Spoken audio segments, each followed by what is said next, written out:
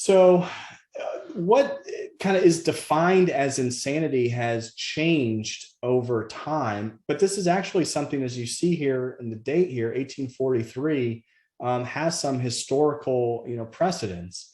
And in fact, the first major case in which a defendant's mental state ultimately resulted in their finding of not guilty by reason of insanity goes back to the case of Daniel McNaughton, who was an Englishman who shot and killed who he thought was the British Prime Minister, Sir Robert Peel, but he ended up mistakenly shooting his secretary, a gentleman by the name of Edward Drummond. And the courts established that he was, the language was that he was under such a defect of reasoning from disease of the mind that he did not know the nature and quality of the act he was doing. Or if he did not know what he was doing was wrong. This guy had apparently some pretty strong delusions about the Tories and, was outraged. He thought that he was being followed by the British government. And so what this ends up establishing is really the first precedent by which courts can examine mental state at the time of the offense. And it's now still referred to as the McNaughton rule.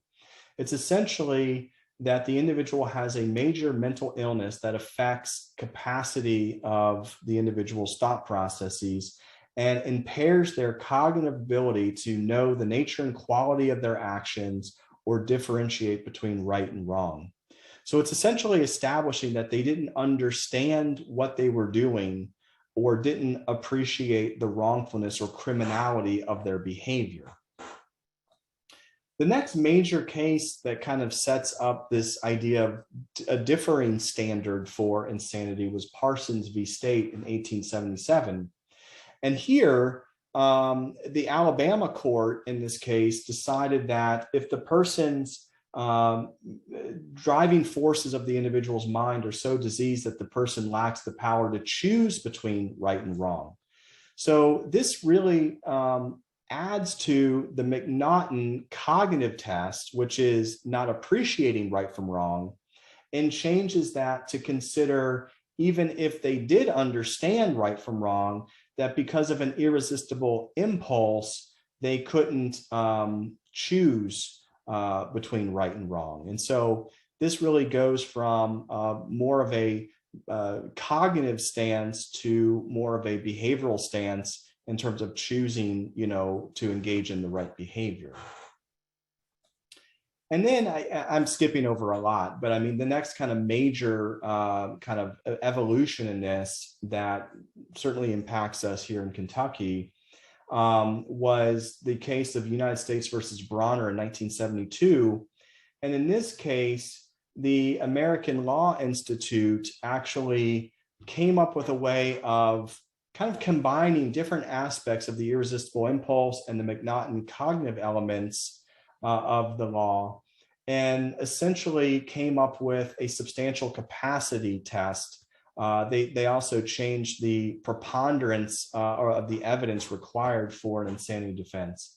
So essentially, in this standard, the mental disease causes substantial, but not necessarily total impairment of mental capacity. And that because of that, the individual lacks appreciation of wrongfulness of the conduct or ability to conform conduct to the law. And that or becomes very important here because it essentially gives you elements of the McNaughton rule, which is appreciation of wrongfulness, and aspects of the irresistible impulse, which is conforming behavior to the conduct of law. And the really important thing that this adds is that it puts this directly in the hands of the jury. And basically says that in this standard, this is essentially a jury instruction that the jury has to wrestle with. And this is basically the standard that we have in Kentucky, where in Kentucky Revised Statute 504020 basically says that insanity means as a result of a mental condition, and that can be, right, for the purposes of this talk, something like an intellectual developmental disability autism spectrum disorder, that because of that, the individual lacks substantial capacity to either appreciate the criminality of one's conduct or conform one's conduct to the requirements of law. Now, I had a line, actually, I forgot to say this. Let me go back for 1 second and just show you this line. An affirmative defense. This is a really key part of the insanity defense. An affirmative defense is one in which the defendant is acknowledging or affirming that they did the crime, that they did engage in the criminal behavior, but because of their mental state, they would not be found criminally responsible. So you can think of the other kind of classic affirmative defense, which would be a self-defense, right? So if you engage in a behavior and it's directed towards saving yourself or someone else, you could be found not guilty because of a self-defense claim. So it's really important to note two things about the insanity defense. Number one, antisocial personality disorder cannot be used as the mental condition. If you're not familiar, antisocial personality disorder is essentially a personality disorder that is characterized by repeated violations of legal behavior. And essentially you can't say, you know, I have antisocial personality disorder, I can't help myself, I just keep breaking the law. That's not a viable insanity defense. But the other question, Dr. Bundy, you and I were talking about this, that comes up all the time, is what about mental impairment related to substance abuse? Do you want to say anything about that? You've seen that in, I think, a couple of cases lately. Yeah, I mean, you and I always debate it, you know, because there's complicated ways to look at it. Is the person under the, first of all, in the first case, is the person under the influence of the substance at the time of the alleged instant offense? And then another question is if the mental impairment directly relates to substance use, but is not, but the substance is not affecting the person at the time of the alleged instant offense, you know, can we count this as mental impairment? We've debated it one way and then the other. Yeah. Under the influence, I think what you've taught me is that under the influence of the substance at the time of the alleged instant offense cannot be used under it, you know, as a claim, correct? Yeah. So essentially, case law and just kind of the norms of how this works in the court have essentially established that you can't, for example, and I've seen this, in fact, in the last 2 weeks, I've had 2 cases up in Northern Kentucky in which both of the defendants had taken large amounts of crystal methamphetamine, were on basically a 2 to 3 day bender, were up for 2 or 3 days, were actively hallucinating, and even the day of the offense had used a large amount of methamphetamine, which caused triggered essentially a almost manic, schizophrenic, you know, psychotic reaction. But when that person would not otherwise have a mental condition like schizophrenia, bipolar disorder, that cannot be used as establishing, you know, a mental condition for the purposes of insanity. But the other thing that we've seen is that we've seen some people, as a result of long-term meth use, develop psychotic symptoms that are long-lasting, you know, or possibly permanent. So then when we talk about competency, sometimes that comes back up at that time. Yeah, absolutely. So any of those substances that really surge dopamine, you know, in the brain, so any of the psychostimulants like methamphetamine or cocaine, can really result in, the long-term use of that can result in these types of, you know, substance-induced psychotic conditions.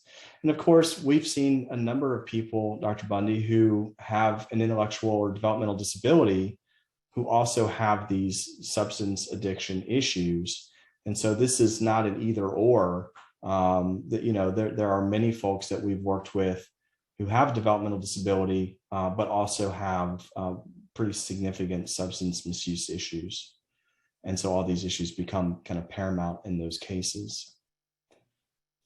So this is where I want to turn it over to my friend here. When we think about assessing criminal responsibility with folks who have developmental disabilities, and we recognize that there are many types of developmental disabilities, but the ones that really seem to come up the most are intellectual developmental disability and autism spectrum disorder. Dr. Bundy, I wonder if you could say a little bit about how folks with these conditions, how the symptoms, the behaviors, the aspects of those conditions might interfere with the defendant appreciating the criminality of their behavior or conforming their behavior to the law as it pertains to an insanity defense. Well, it's funny because you had me review a couple of cases with defendants with diagnoses of ASD before we did this talk. And I noticed when I was digging in and looking at some quotes from these folks, both of them mentioned, I just wanted attention. I never wanted to hurt anybody. Or, I felt my feelings were hurt because I tried to ask for assistance or I tried to initiate social interaction and the person didn't respond. So I thought maybe this would get their attention. So in the case of somebody with autism spectrum disorder, they may truly be confused enough about a particular social situation that they could engage in an illegal behavior without understanding that they were not allowed to do this, that act was illegal, that act could be seen as a threat to the person, on the receiving end. And in both of those cases, they both said, oh no, I didn't intend to hurt anybody. So I assumed that the person wouldn't worry. I didn't know they would worry or feel threatened. Yeah, I mean, when you look at this list here, these are kind of the constructs that are potentially impacted by folks who have developmental disabilities. So we're talking about reasoning ability, connecting cause and outcome of behavior, potential for suggestibility issues, which may come up a little bit more in the next phase, which would be talking to the police, but certainly still relevant to, at least in the case example that you're going to present next, in that one where this individual's kind of social navigation skills definitely impacted the behaviors related to the offense. The other thing is too, with some of these situations, when I start thinking about this, I start thinking about over incarceration of nonviolent offenders, right? I'm thinking of a case that you had, Dr. Wygant, where this person was not supervised and wasn't well regulated, didn't have a good daily routine. They're in a situation, if you recall, it was a storage unit area, and there were some things laying around on the ground outside a storage unit, and he took those things. Right. Well, I mean, I can easily see why in his circumstance, he lacked the impulse control to leave that stuff alone and why he thought it's kind of a finders keepers situation. I don't know who this stuff belongs to. It's laying around out here. But yet he was prosecuted, right? And that was actually the case I just mentioned, where it was a split jury between not guilty by reason of insanity and guilty but mentally ill. I see. Yeah. Because of that jury decision, the prosecutor basically had to decide if he was going to retry the case. And the prosecutor ultimately decided not to retry the case. And so yeah, which just seems like a good decision. Yeah. But it seems like in some of those decisions, they just keep going, I kind of on a funny note, I remember that trial I was testifying and the prosecutor was cross-examining me and made this kind of showy point of bringing up the DSM, the Diagnostic and Statistical Manual, and saying what he wanted to do was basically break down the explicit criteria for an intellectual disability and make sure that I could substantiate each of those points. And I remember him making this big, show, which kind of happens in trials sometimes. He's like, Dr. Wygant, are you familiar with this book? And of course, I'm like, yes, I teach psychopathology courses at the doctoral level. I do research on the DSM. I'm very familiar with the DSM. But, those are the things that happen when you go from clinical work to doing this kind of work, and you could absolutely end up in court having to talk about this stuff. Do you want to say anything about any of the others? I mean, we talked about impulse control, flexibility, Yeah, I mean, communication. I think cognitive flexibility can be an issue in ASD just because I think people can behave aggressively and in sort of display crisis behavior because their routine was interrupted or because something very unexpected happened. Right. When that is a core characteristic of autism, difficulty with change, Right. difficulty with surprise. So it could be relevant here. Similarly, sensory sensitivity could be relevant. Maybe there's a sensory environment that to the average person would not be particularly aversive or upsetting, but for somebody with an autism spectrum disorder or other special characteristics, the environment was so distressing that they engaged in impulsive behavior or illegal behavior. Right. Absolutely. And of course, our criminal justice system is not set up to fully appreciate neurodiversity, right? I mean, those issues are just not considered. They're not part of the, the legal system. In fact, I was happy to see that it was just recently that the state of Kentucky changed the statutes from using the term mental retardation to intellectual disability, which is now obviously with the DSM-5 coming out in 2013, they changed that. And it took states, I think, that had codified the previous DSM language, it took them a number of years to kind of catch up with that. And what's funny is now, of course, the new DSM-5 TR label is intellectual developmental disorder. And so the state is still behind. It's made progress, but it's still behind. Well, we'll cut them a little slack since that just came out, I think, this month. So let's say a little bit about a case example. And I'll just open this up, but this was a 16-year-old female that Dr. Bundy and I both evaluated. She was charged with terroristic threatening second degree, which is a Class D felony. What she had allegedly done is threatened her teacher.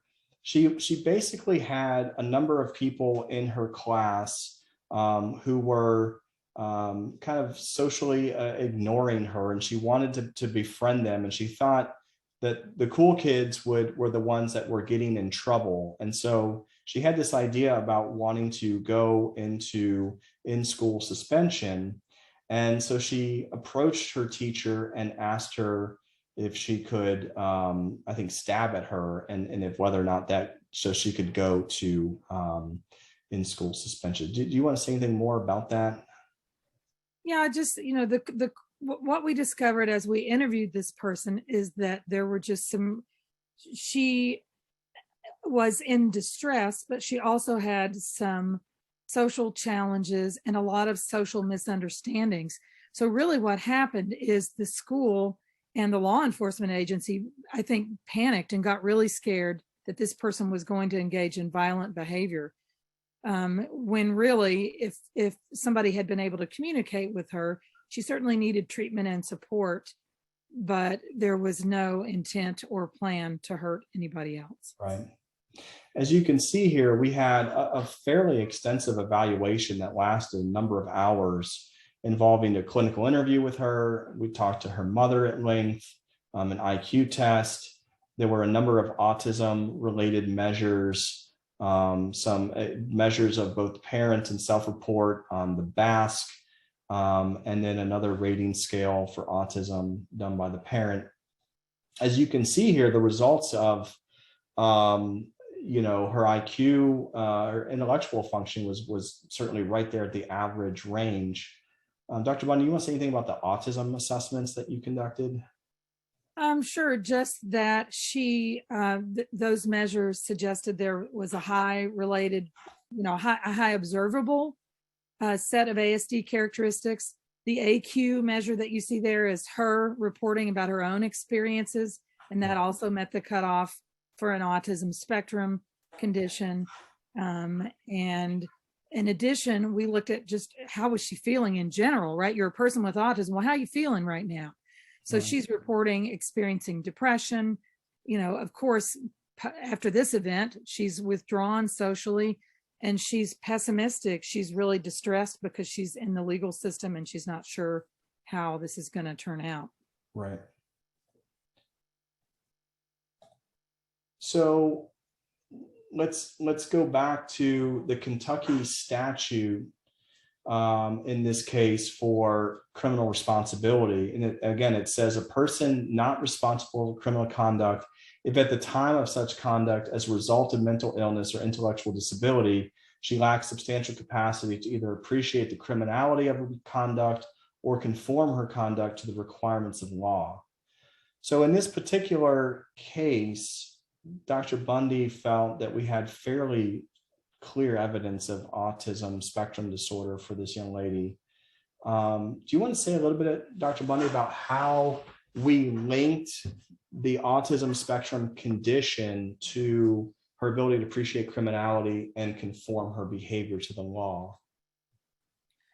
Yes, I think that in our report, we just had a section explaining what can happen when somebody with autism gets distressed, anxious, and depressed, how sometimes compulsive or repetitive behaviors in people with autism can be an attempt to cope with stress.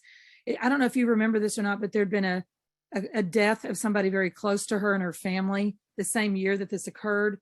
So we talked about how that might be a triggering event for depression and anxiety. And then she started having these social difficulties. The more social difficulties she had, the more compulsive her behaviors became, the more repetitive her behaviors became, the more social difficulties, right? She got into this cycle of repetitive compulsive behavior and thought, obsessive thought, and then social failure, and just became very distressed about it.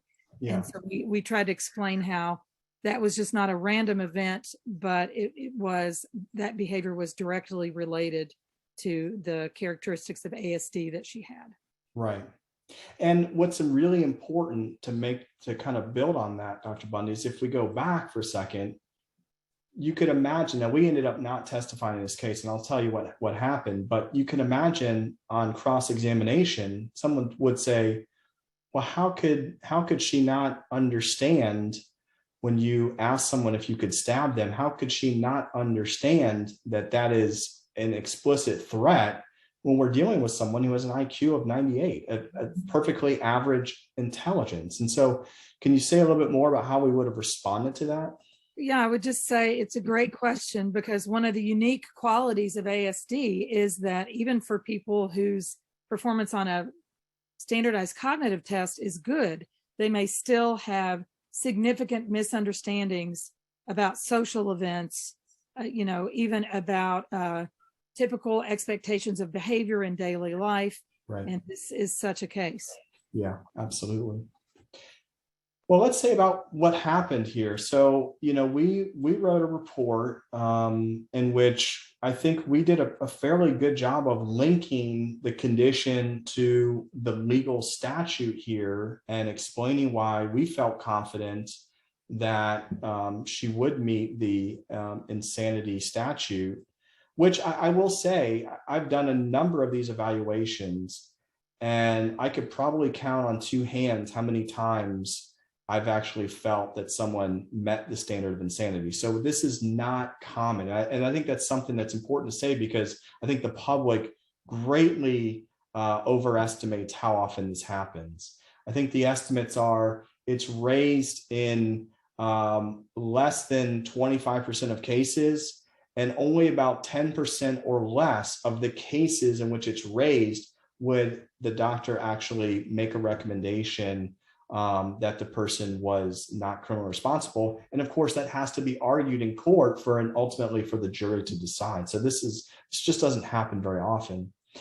In this case, even though we had a fairly good argument, the defendant in this case ended up pleading guilty to a misdemeanor, I think a criminal misconduct or some very minor charge with a short period of non-reporting probation.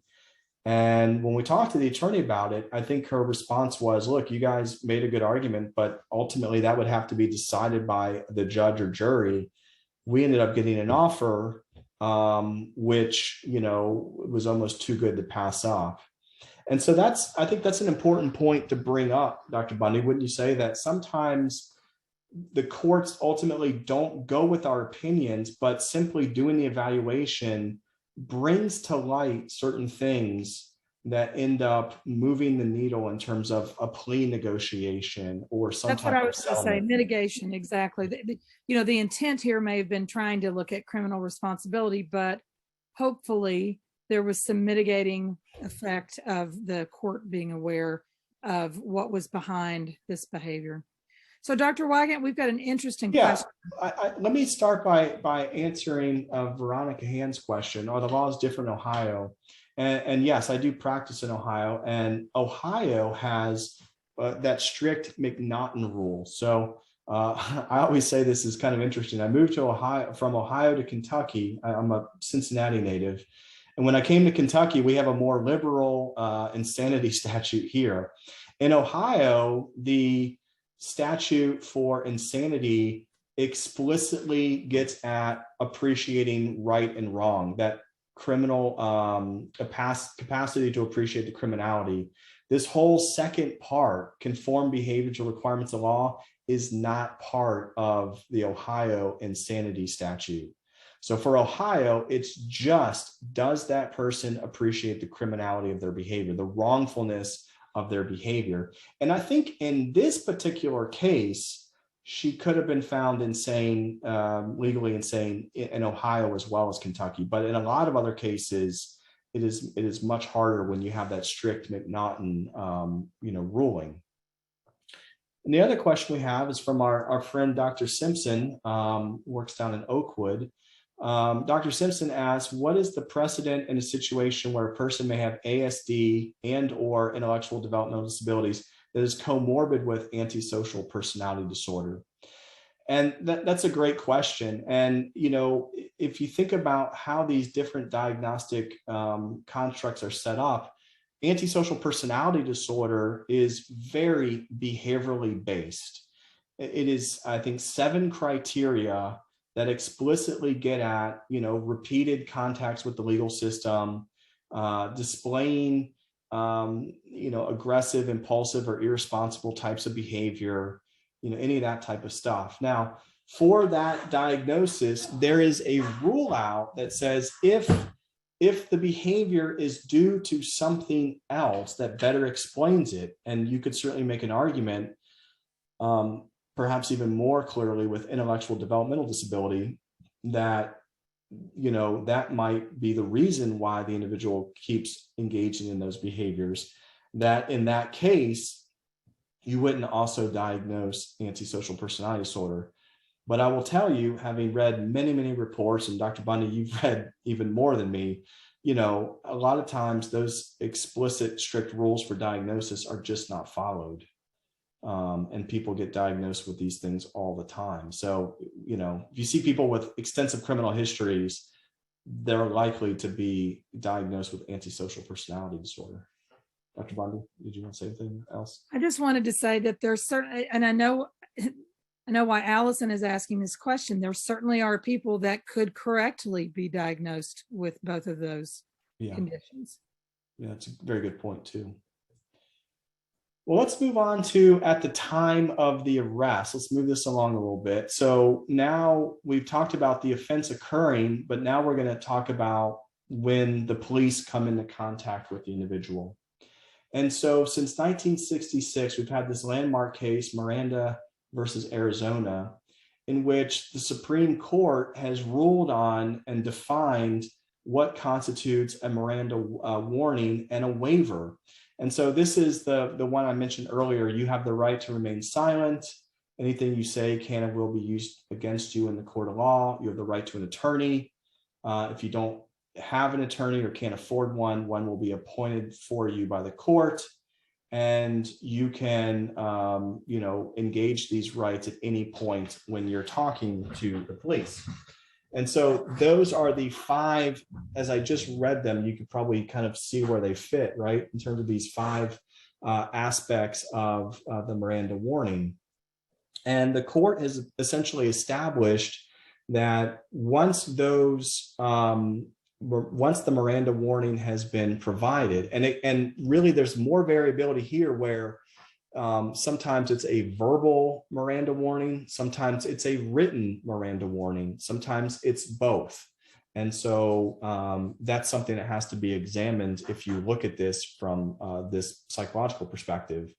The courts have essentially established, though, that when these rights are waived, meaning, yes, I'll talk to you, that's an implicit waiver, or I'm sorry, an explicit waiver of the rights. If the defendant says, or the suspect at the time, they're not the defendant yet, but the suspect says, yes, let me tell you what happened. The courts have established that in evaluating that waiver, these three words become important. Was that waiver done voluntarily? And that voluntary component gets at something that becomes really crucial. And Dr. Bunn, you've had some experience with this idea of coercive statements that the police can put what can be later viewed as undue pressure on that individual to talk. And I think you had an example of this. Well, yes. And I just wanted to say that I think, again, comparing an average suspect to a suspect with developmental disability, pressure that might not be undue for an average suspect with somebody who has sort of a bias toward suggestibility or acquiescence, right, that it might be only very light pressure could, push the person over into acquiescence. Sure, I did it. In a case that I had, the suspect was told, you want your mom's home cooking? Then you need to tell us that you did this so you can go and get your mom's home cooking. And he immediately said, yes, I did it.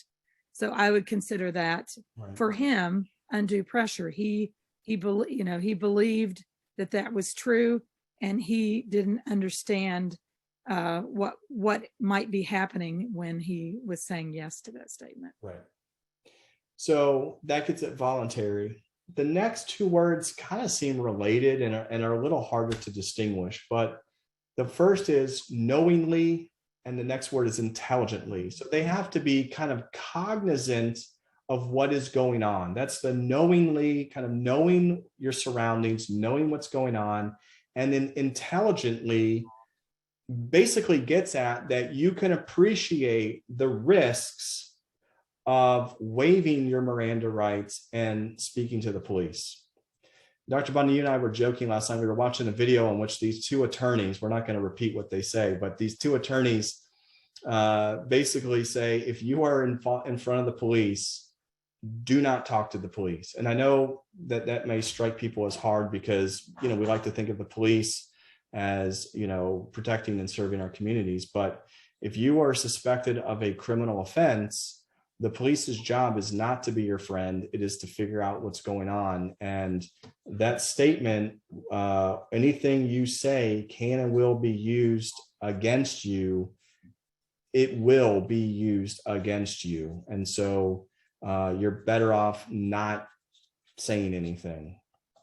But let's say a little bit, and Dr. Bundy, you've kind of talked about this a little bit, but how someone with an intellectual developmental disability or an autism spectrum disorder, how that might impact their appreciation of the voluntariness, the knowingliness, the intelligence, and waiving Miranda rights. Do you want to say anything about this? Yeah, this is our same list as before, but you can look at how some of these characteristics might impact your decision to talk to law enforcement officers or to talk to somebody when you're suspected, or on a crime scene or that kind of stuff. I talked about acquiescence. The person may have a long learning history. When you say, yes, okay, I'm sorry, then the person escapes an aversive situation, right? Okay, I don't have to keep talking to this teacher. Okay, my mom stops yelling at me. It's just a very quick and easy thing for me to say, sure, I did it, I'm sorry. So that learning history could create a problem, right, in this situation if the person can't understand that this is a more serious situation, right, than the disciplinary situations they've been in the past. They may not have the impulse control to refuse to answer questions or to refuse to talk about what just happened. What else? They may not have. And let's not forget too that that research has clearly shown that authority figure influence, right? So You know, you're talking to someone with a gun, you're talking to someone with a badge, you're maybe talking to someone in uniform, and that changes the power dynamic and the interpersonal dynamics of that conversation that can have a profound influence on someone with an intellectual or developmental disability or autism spectrum disorder. And it could go either way. It could create acquiescence in the person, or it could be agitating and create further illegal behavior in the person, right? If that person in authority is being confrontive, and it's a person with autism that's very sensitive to verbal confrontation, then you could actually get additional charges added on to the original ones, depending on what's going on when Miranda, rights are being discussed or presented. Exactly. I'm going to keep this a little bit shorter than the last case example, but I saw a guy probably 6 or 7 years ago. He was a younger guy charged with burglary, possession of burglary tools, arson, criminal mischief, and burglary second. And just like time wipe, perfect timing, the garbage people are here to pick up my garbage. So you'll at some point hear them shaking my garbage cans. It's classic. Yeah. Okay.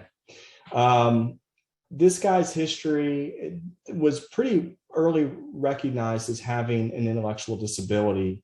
In fact, you can see here when he was 12, he underwent an IQ test that showed an IQ of 54 and evidence of very low adaptive functioning. He ended up stopping school at some point in the 10th grade. In my evaluation, which I was asked to look at not only competency, but also this Miranda competency, he showed no evidence of malingering, and I used some measures to look at that. My IQ testing revealed a 65 IQ, with evidence also of impairment across reading, spelling, and basic math skills. The Vineland certainly suggested impaired adaptive functioning. And then I also gave him a broad measure of neurocognitive functioning that revealed some attention deficits, which in this case ended up being really important because his ability to sustain attention was significantly impaired. And so I used a specific assessment measure called the SAMA, the Structured Assessment of Miranda Abilities. And in this particular assessment, there are a number of these subscales that basically get at, how the person could appreciate Miranda. Number one, there's a subtest called the Miranda Acquiescence Questionnaire, in which a number of statements about the legal system and the Miranda specific, construct, right to remain silent, those sorts of things, are paired in a certain way in that the same statement is reported and then the reverse of it. So you would have to essentially respond true to one and false to the other, or false and true, in order for the responses to be logically consistent. And what I found with this guy is that he just tended to say true to everything. And so, Dr. Bundy, you had mentioned earlier this idea of acquiescence, and we see this sometimes with individuals who have an intellectual disability. They just acquiesce to whatever statement is made, and so this absolutely gets to his behavior. Which I had a recording of the interview with the police, and when I listened to it, it was so apparent that he was just saying yes, even after he waived his Miranda rights. Every time the police officer asked a question, he just responded yes to it. And of course, he had enough affirmative statements that he had all but, confessed to the offense in that case. There was another subtest that looked at vocabulary words, essentially 36 words that are basically embedded in the standard Miranda test. So the Miranda warning, things like right, silent, attorney, afforded, provided, all those words are basically assessed. And it was very clear that this gentleman had very little understanding of what those words meant. And then there was another subtest that looked at the reasoning. What are some reasons why you would wish to not talk to the police? What are some reasons that you would want to talk to the police? And when you get to this reasoning, he was basically like, well, you want to help the police. You should always help the police. You should always tell the truth. So this guy, I feel pretty confident that he did in fact do the behaviors associated with his charges. And so when the police asked him, he said, look, you can't lie to the police. You just have to tell them the truth. You have to help the police. They're there to help you. So you can't lie to them. And so it was just very clear in that case from the testing that he was not able to appreciate what was going on in that Miranda situation, and then subsequent interview with the police, and he essentially confessed. This is the case I mentioned earlier. Even though I thought I had a pretty compelling argument and did in fact testify at a pre-sentence suppression hearing, the judge ultimately did not believe that he was incompetent to waive his Miranda rights. And actually a really interesting thing happened in this case. I don't know if I told you this, Dr. Bundy, but the judge ruled that because he was competent to stand trial, that he was competent to waive his Miranda rights. And the judge said that they're the same standard, and they absolutely are not. And of course, I'm not an attorney. I am not a judge, but I checked numerous legal resources and talked to numerous attorneys who all opined that that standard is not the same, and that it was probably an error that the judge made, of course, that would be available for appeal. I don't know if the guy ended up appealing that.